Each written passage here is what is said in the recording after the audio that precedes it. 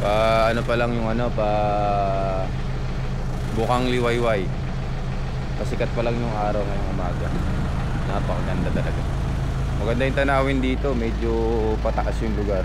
Yun o, pataas yung lugar dito. Yan pa.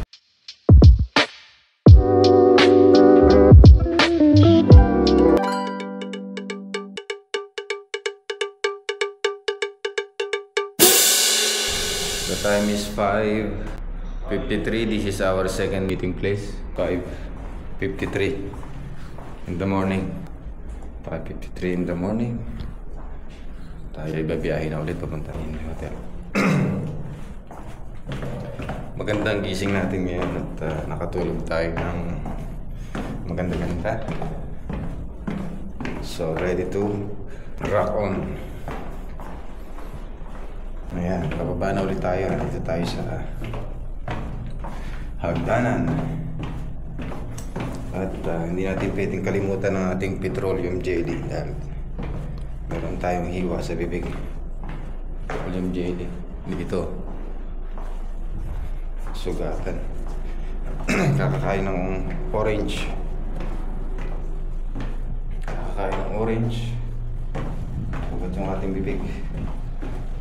Okay, palabas na tayo ng gate. Si Pasha na lang yung ating iniintay. Labas na ulit tayo ng ating bus.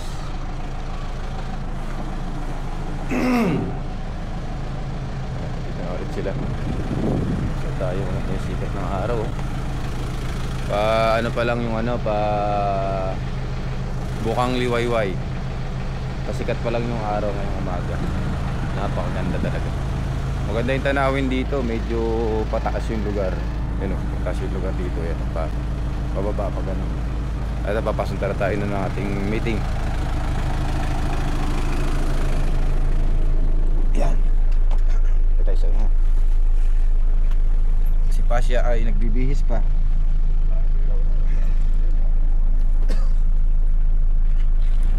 Pasha ay nagbibihis pa sa oras na ito.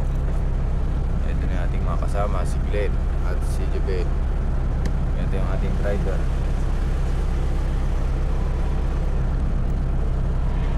Successful ang ating pagbili ng SIM card kagabi. Kaya kami ay natagalan. Yung iba ay palabas pa lang. Ready na. Dahil 5:56, 4 minutes left at kami aalis na. 4 minutes na lang iniintay natin bago sila lumabas. Nandun pa sila sa gate. Ayun, nandun. Nasa loob pa ang karamihan. Hintayin natin silang lumabas. It now is 5:57 in the morning. Naghihintay na lang tayo ng ating mga kasamahan. Lumabas na. Ayan na si Pasha.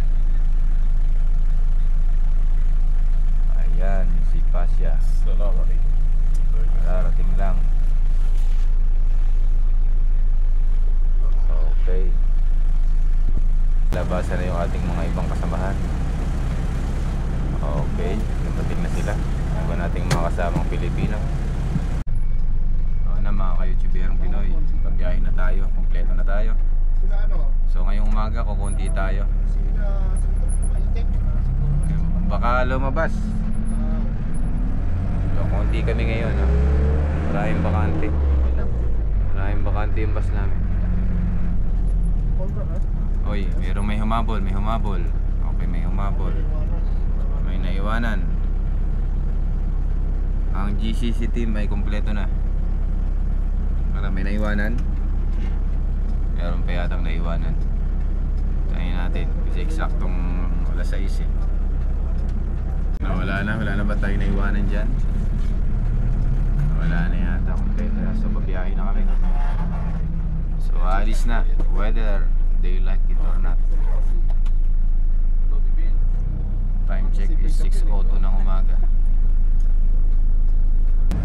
Malis na yung bus.